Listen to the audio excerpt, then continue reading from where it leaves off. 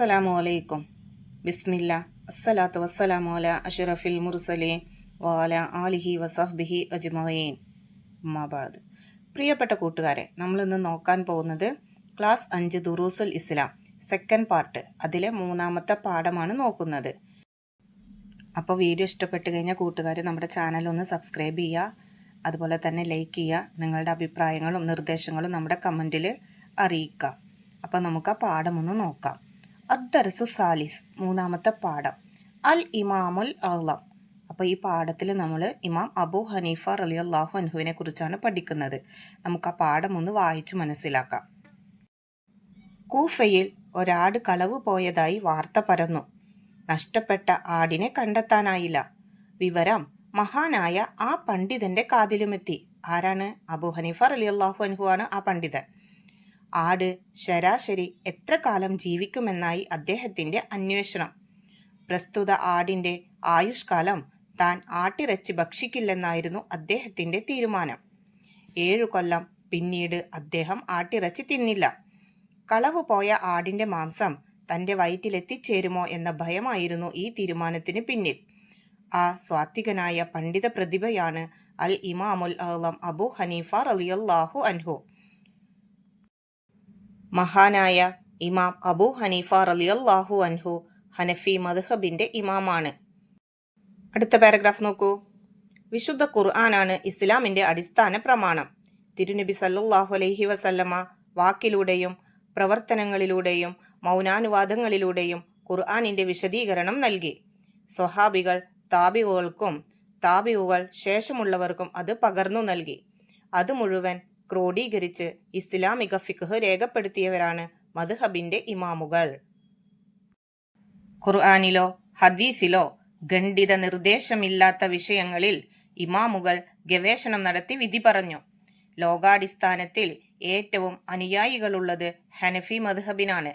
മധ്യേഷ്യയിലും India, Afghanistan, Pakistan, Bangladesh, China, Iraq, തുർക്കി എന്നീ രാജ്യങ്ങളിലെല്ലാം ഹനഫി മദ്ഹബിന് നല്ല വേരോട്ടമുണ്ട്. അടുത്ത പാരഗ്രാഫ് നോക്കൂ.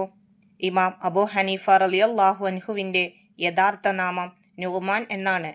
ഹിജ്റ വർഷം 80 കൂഫയിൽ ജനിച്ചു. പേർഷ്യൻ വംശജനായ പിതാവ് സാബിത് വസ്ത്രവ്യാപാരിയായിരുന്നു. പിതാവ് ചെറുപ്പത്തിൽ മരണപ്പെട്ടതിനാൽ അദ്ദേഹം കച്ചവടത്തിൽ ശ്രദ്ധ കേന്ദ്രീകരിച്ചു. പിന്നീട് ഉസ്താദിന്റെ നിർദ്ദേശപ്രകാരം വിജ്ഞാന സമ്പാദനത്തിൽ മുഴുകി. 4000-ൽ പരം ഉസ്താദുമാരിൽ നിന്ന് അറിവ് നുകർന്നു. ആയിരക്കണക്കിന് ശിഷ്യന്മാർക്ക് അറിവ് പകർന്നു നൽകി. 20-ലധികം സ്വഹാബികളെ കാണാൻ അദ്ദേഹത്തിന് ഭാഗ്യം ലഭിച്ചു. ഇമാമിന്റെ ബുദ്ധിവൈഭവവും പാണ്ഡിത്യവും എല്ലാവരും അംഗീകരിച്ചു. അദ്ദേഹം വലിയ ധർമ്മിഷ്ഠനും വാഗ്മിയും വലിയ ഭക്തനുമായിരുന്നു. ഉസ്താദുമാരെ വളരെയധികം ബഹുമാനിച്ചിരുന്നു. അദ്ദേഹം പറഞ്ഞു, എന്റെ ഉസ്താദ് മരണപ്പെട്ട ശേഷം അദ്ദേഹത്തിന് വേണ്ടി പ്രാർത്ഥിക്കാത്ത ഒരു നിസ്കാരവും എന്റെ ജീവിതത്തിൽ ഉണ്ടായിട്ടില്ല. ഞങ്ങളുടെ വീടുകൾക്കിടയിൽ 7 തെരുവുകളുടെ അകലമുണ്ട്. എങ്കിലും ഉസ്താദിന്റെ വീട് നിൽക്കുന്ന ഭാഗത്തേക്ക് ഞാൻ ഒരിക്കലും കാൽ നീട്ടാറില്ല. ഇമാം ഷാഫിഈ റളിയല്ലാഹു അൻഹു പറയുന്നു, എനിക്ക് വല്ല ആവശ്യവും വന്നാൽ 2 റക്അത്ത് നിസ്കരിച്ച് ഞാൻ ഇമാമിന്റെ ഖബറിനരികിൽ ചെന്ന് ഇമാമിനെ തവസ്സുലാക്കി ദുആ ചെയ്യാറുണ്ട്. അടുത്തത് നോക്കൂ. ഭരണകൂട ഭീകരതയ്ക്ക് മുൻപിൽ ഇമാം അബൂ ഹനീഫ റളിയല്ലാഹു അൻഹു തന്റെ വ്യക്തിത്വവും ആദർശവും കാത്തുസൂക്ഷിച്ചു. അധികാരികളുടെ ഇംഗിതത്തിന് വഴങ്ങാത്തതിന്റെ പേരിൽ പീഡനങ്ങൾ ഏറ്റുവാങ്ങി ജയിലിൽ അടയ്ക്കപ്പെട്ടു. നിരന്തര പരീക്ഷണങ്ങൾക്കിടയിൽ ഹിജ്റ 150-ൽ അദ്ദേഹം വഫാത്തായി. അവിടെ താഴെ ഒരു ബോക്സ് കൊടുത്തിട്ടുണ്ട്, അത് നമുക്ക് നോക്കാം. അബൂ ഹനീഫ റളിയല്ലാഹു അൻഹു അവ്വല അഇമ്മത്തിൽ അർബഅ. അതിന്റെ അർത്ഥം 4 ഇമാമുകളിൽ പ്രഥമനാണ് അബൂ ഹനീഫ റളിയല്ലാഹു അൻഹു. അപ്പോൾ കൂട്ടുകാരെ, ആ ബോക്സിൽ കൊടുത്തിരിക്കുന്ന കാര്യങ്ങളൊക്കെ നന്നായിട്ട് മനഃപ്പാഠം ചെയ്ത് പഠിക്കണം. കാരണം അത് നംലഉൽ ഫറാ എന്ന പ്രവർത്തനത്തിൽ ചോദിക്കുന്നതാണ്. അതുപോലെ തന്നെ അതിൻ്റെ സാരം എഴുതാനൊക്കെ ചോദിക്കും. അറബി കൊടുത്തിട്ട് അതിൻ്റെ അർത്ഥം എഴുതാനൊക്കെ ചോദിക്കും കൂട്ടുകാരെ. അപ്പോൾ അത് നന്നായി മനസ്സിലാക്കി പഠിക്കുക. ഇനി നമുക്കതിൻ്റെ തദ്രീബാത്ത് നോക്കാം. തദ്രീബാത്തിലെ 1-ാമത്തെ പ്രവർത്തനം നെക്റഉ വനഫ്ഹം, വായിച്ച് മനസ്സിലാക്കാനുള്ളതാണ്. അപ്പോൾ ഈ പാഠത്തിൽ പഠിച്ച ഒരുപാട് വാക്കുകൾ നമുക്കിവിടെ കൊടുത്തിട്ടുണ്ട്, അതിൻ്റെ അർത്ഥങ്ങളും കൊടുത്തിട്ടുണ്ട്. അത് നമുക്കൊന്ന് നോക്കാം. തവസ്സല, ഇട തേടി പ്രാർത്ഥിച്ചു. ഇഖ്റാർ മൗനാനുവാദം, ഷാത്തുൻ ആട്, കൂഫ ഇറാഖിലെ ഒരു നാട്, പിതാമഹൻ വലിയുപ്പ, ഉംർ ആയുഷ്കാലം, ഖണ്ഡിതം ഉറപ്പുള്ളത്, ഇംഗിതം ആഗ്രഹം, കൗല് വാക്ക്, പൗത്രൻ പേരക്കുട്ടി, ഫിയല് പ്രവൃത്തി. അൽ ഇമാമുൽ അഅ്ലം അബൂ ഹനീഫ റളിയല്ലാഹു അൻഹു, സാത്വികൻ സൽഗുണമുള്ളവൻ, ക്രോഡീകരിക്കുക ക്രമത്തിലാക്കുക, സമാഹാരം ശേഖരിച്ചത്, ബുദ്ധിവൈഭവം അതിൻ്റെ അർത്ഥം ബുദ്ധിശക്തി. ഇനി നമുക്ക് അടുത്ത പ്രവർത്തനം നോക്കാം. രണ്ടാമത്തെ പ്രവർത്തനം നംല ഉൽ ജദ്വൽ. ഇവിടെ നമുക്ക് ഒരു ബോക്സ് കൊടുത്തിട്ടുണ്ട്. ആ ബോക്സിൽ നമ്മൾ ഇമാം അബൂ ഹനീഫ റളിയല്ലാഹു അൻഹുവിനെ കുറിച്ചിട്ട് നമ്മൾ ഈ പാഠത്തിൽ ഒരുപാട് കാര്യങ്ങൾ പഠിച്ചിട്ടുണ്ട്. അതാണ് അവിടെ എഴുതേണ്ടത്. അൽ ഇമാമു അബൂ ഹനീഫ റളിയല്ലാഹു അൻഹു. യഥാർത്ഥ നാമം നുഅ്മാൻ.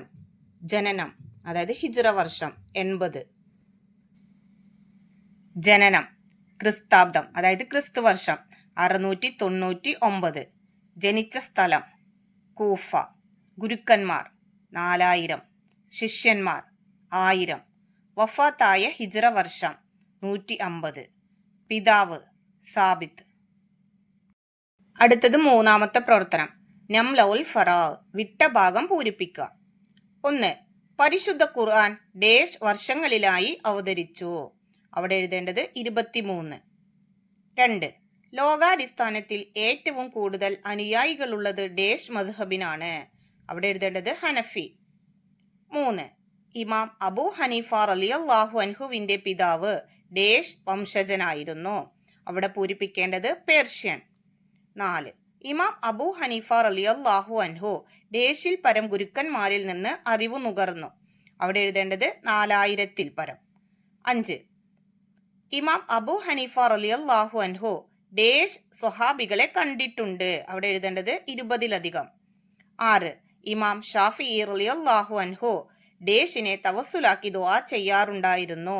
അവിടെ എഴുതേണ്ടത് ഇമാമിനെ, അതായത് ഇമാം അബൂ ഹനീഫ റളിയല്ലാഹു അൻഹുവിനെ. അപ്പൊ നമുക്കതൊക്കെ ഒന്ന് ചേർത്ത് വായിച്ചു നോക്കാം. 1. പരിശുദ്ധ ഖുർആൻ 23 വർഷങ്ങളിലായി അവതരിച്ചു. 2. ലോകാടിസ്ഥാനത്തിൽ ഏറ്റവും കൂടുതൽ അനുയായികളുള്ളത് ഹനഫി മദ്ഹബിനാണ്. 3. ഇമാം അബൂ ഹനീഫ റളിയല്ലാഹു അൻഹുവിന്റെ പിതാവ് പേർഷ്യൻ വംശജനായിരുന്നു. 4. ഇമാം അബൂ ഹനീഫ റളിയല്ലാഹു അൻഹു 4000-ൽ പരം ഗുരുക്കന്മാരിൽ നിന്ന് അറിവ് നുകർന്നു. 5. ഇമാം അബൂ ഹനീഫ റളിയല്ലാഹു അൻഹു 20-ലധികം സ്വഹാബികളെ കണ്ടിട്ടുണ്ട്. 6. ഇമാം ഷാഫിഈ റളിയല്ലാഹു അൻഹു ഇമാമിനെ തവസ്സുലാക്കി ദുആ ചെയ്യാറുണ്ടായിരുന്നു. ഇനി അടുത്ത പ്രവർത്തനം നുജീബ്, ഉത്തരം എഴുതാനുള്ളതാണ്. അതിൽ ഒന്നാമത്തെ ചോദ്യം, ഇമാം അബൂ ഹനീഫ റളിയല്ലാഹു അൻഹു 7 കൊല്ലം ആട്ടിറച്ചി കഴിച്ചില്ല, കാരണമെന്ത്? ഉത്തരം, കൂഫയിലെ ഒരാട് കളവ് പോയതായി വാർത്ത പരന്നു. നഷ്ടപ്പെട്ട ആടിനെ കണ്ടെത്താനായില്ല. പ്രസ്തുത ആടിന്റെ ആയുഷ്കാലം താൻ ആട്ടിറച്ചി ഭക്ഷിക്കില്ലെന്നായിരുന്നു അദ്ദേഹത്തിന്റെ തീരുമാനം. കാരണം കളവ് പോയ ആടിന്റെ മാംസം തന്റെ വയറ്റിലെത്തിച്ചേരുമോ എന്ന ഭയമായിരുന്നു. രണ്ടാമത്തെ ചോദ്യം, എന്താണ് മദ്ഹബുകൾ? ഉത്തരം, ഖുർആൻ, സുന്നത്ത്, ഇജ്മാ എന്നിവയുടെ അടിസ്ഥാനത്തിൽ മതവിധി കണ്ടെത്താൻ കഴിവുള്ള ഇമാമുകൾ ഇജ്തിഹാദ് ചെയ്ത് രേഖപ്പെടുത്തിവെച്ച മതനിയമങ്ങളാണ് മദ്ഹബുകൾ. മൂന്നാമത്തെ ചോദ്യം, ഇമാം അബൂ ഹനീഫ റളിയല്ലാഹു അൻഹു കച്ചവടത്തിൽ ശ്രദ്ധ കേന്ദ്രീകരിക്കാൻ കാരണമെന്ത്? ഉത്തരം, പേർഷ്യൻ വംശജനായ അദ്ദേഹത്തിന്റെ പിതാവ് സാബിത്ത് വസ്ത്രവ്യാപാരിയായിരുന്നു. പിതാവ് ചെറുപ്പത്തിലെ മരണപ്പെട്ടതിനാലാണ് അദ്ദേഹം കച്ചവടത്തിൽ ശ്രദ്ധ കേന്ദ്രീകരിച്ചത്. ഇനി നാലാമത്തെ ചോദ്യം, ഇമാം അബൂ ഹനീഫ റളിയല്ലാഹു അൻഹുവിനെ ജയിലിൽ അടയ്ക്കാൻ കാരണമെന്ത്? ഉത്തരം, അധികാരികളുടെ ഇംഗിതത്തിന് അദ്ദേഹം വഴങ്ങിയില്ല. അതിനാലാണ് അദ്ദേഹം ജയിലിൽ അടയ്ക്കപ്പെട്ടത്. അഞ്ചാമത്തെ ചോദ്യം, ലോകത്ത് ഹനഫി മദ്ഹബ് കൂടുതലുള്ള രാജ്യങ്ങൾ ഏതെല്ലാം? ഉത്തരം, മധ്യേഷ്യ, India, Afghanistan, Pakistan, Bangladesh, China, Iraq, തുർക്കി. അടുത്തത് തദ്രീബാത്തിലെ 5ാമത്തെ പ്രവർത്തനം നൊഇദ് മുദക്കിറ. അതിലെ ഒന്നാമത്തെ ചോദ്യം നോക്കൂ, ഇമാം അബൂ ഹനീഫ റളിയല്ലാഹു അൻഹുവിന്റെ ജീവിതക്കുറിപ്പ് തയ്യാറാക്കുക. അതിൻ്റെ ഉത്തരം നിങ്ങൾ ഹെഡിങ് കൊടുക്കുക ഇമാം അബൂ ഹനീഫ റളിയല്ലാഹു അൻഹു. ഇനി ബാക്കി എഴുതാം. മദ്ഹബിന്റെ ഇമാമുകളിൽ പ്രധാനിയാണ് മഹാനായ ഇമാം അബൂ ഹനീഫ റളിയല്ലാഹു അൻഹു. അദ്ദേഹം ഹനഫി മദ്ഹബിന്റെ ഇമാമാണ്. ലോകാടിസ്ഥാനത്തിൽ ഏറ്റവും കൂടുതൽ അനുയായികളുള്ളത് ഹനഫി മദ്ഹബിനാണ്. ഇമാം അബൂ ഹനീഫ റളിയല്ലാഹു അൻഹു ഹിജ്റ 80 കൂഫയിലാണ് ജനിച്ചത്. അദ്ദേഹത്തിന്റെ പിതാവ് സാബിത്ത് ആയിരുന്നു. പേർഷ്യൻ വംശജനായ അദ്ദേഹത്തിന്റെ പിതാവ് ഒരു വസ്ത്രവ്യാപാരിയായിരുന്നു. ചെറുപ്പത്തിലെ അദ്ദേഹം മരണപ്പെട്ടതിനാൽ അബൂ ഹനീഫ റളിയല്ലാഹു അൻഹു കച്ചവടത്തിൽ ശ്രദ്ധ കേന്ദ്രീകരിച്ചു. പിന്നീട് ഉസ്താദിന്റെ നിർദ്ദേശപ്രകാരം വിജ്ഞാന സമ്പാദനത്തിൽ അദ്ദേഹം മുഴുകി. 4000-ൽ പരം ഉസ്താദുമാരിൽ നിന്ന് അറിവ് നുകർന്നു. ആയിരക്കണക്കിന് ശിഷ്യന്മാർക്ക് അറിവ് പകർന്നു നൽകി. 20-ലധികം സ്വഹാബികളെ കാണാൻ ഭാഗ്യം ലഭിച്ചു. ഇമാമിന്റെ ബുദ്ധി വൈഭവവും പാണ്ഡിത്യവും എല്ലാവരും അംഗീകരിച്ചു.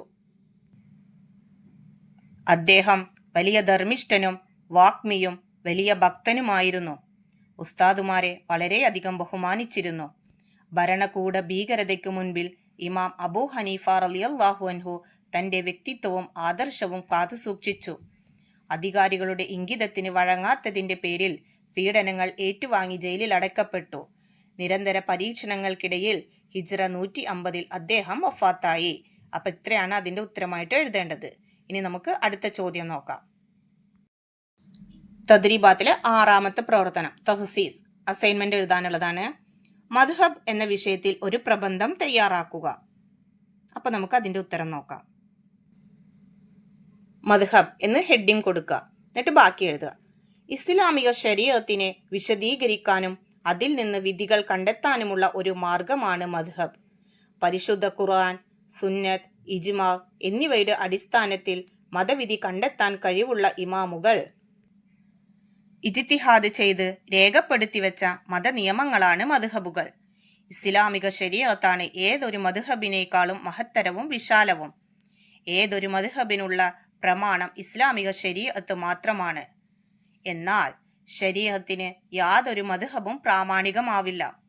അതിനാൽ താൻ സ്വീകരിച്ച മദ്ഹബിന്റെ അഭിപ്രായം തെറ്റാണെന്നോ അല്ലെങ്കിൽ ശരീഅത്തിനോട് കൂടുതൽ യോജിക്കുന്നത് മറ്റൊരു ഇമാമിന്റെ നിർദ്ദേശമാണെന്നോ ബോധ്യപ്പെട്ടാൽ അത് പാലിക്കാൻ വിശ്വാസി നിർബന്ധിതനാണ്. വളരെയേറെ മദ്ഹബുകൾ ഇസ്ലാമിക ചരിത്രത്തിൽ ഉണ്ടായിട്ടുണ്ടെങ്കിലും പ്രധാനപ്പെട്ട 4 മദ്ഹബുകളെയാണ് ഇസ്ലാമിക സമൂഹം പിൻപറ്റുന്നത്. ഹനഫി, മാലിക്കി, ഷാഫിഈ, ഹംബലി എന്നിവയാണവ. ഈ 4 മദ്ഹബുകളുടെയും സ്ഥാപകർ 4 ഇമാമുമാരാണ്. അവർ ഈ വിഷയത്തിൽ അഗാധ പാണ്ഡിത്യം നേടിയവരാണ്. അതുകൊണ്ട് തന്നെയാണ് ലോകത്തിൽ ഈ മദ്ഹബുകൾ പിൻപറ്റി ജീവിക്കുന്നവർ ധാരാളമുണ്ട്. 4 മദ്ഹബുകളുടെയും സ്ഥാപകരായ 4 പണ്ഡിതരുടെയും പഠന ഗവേഷണങ്ങൾക്ക് പിൻഗാമികൾ നൽകിയ അംഗീകാരമാണ് മദ്ഹബുകൾക്ക് അടിത്തറ പാകിയത്. അപ്പൊ ഇത്രയാണ് നമ്മൾ അതിന് ഉത്തരമായിട്ട് എഴുതുന്നത്. അപ്പൊ കൂട്ടുകാർക്ക് ഈ പാഠവും ഈ പാഠത്തിലെ തദ്രീബാത്തും എല്ലാം മനസ്സിലായെന്ന് വിചാരിക്കുന്നു. ഇൻഷാ അല്ലാഹ് അടുത്തൊരു സബ്ജക്റ്റുമായി കാണുന്നത് വരെ എല്ലാവർക്കും ഒരിക്കൽ കൂടി അസ്സലാമു അലൈക്കും വറഹ്മത്തുള്ളാഹി തആല വബറകാതുഹു.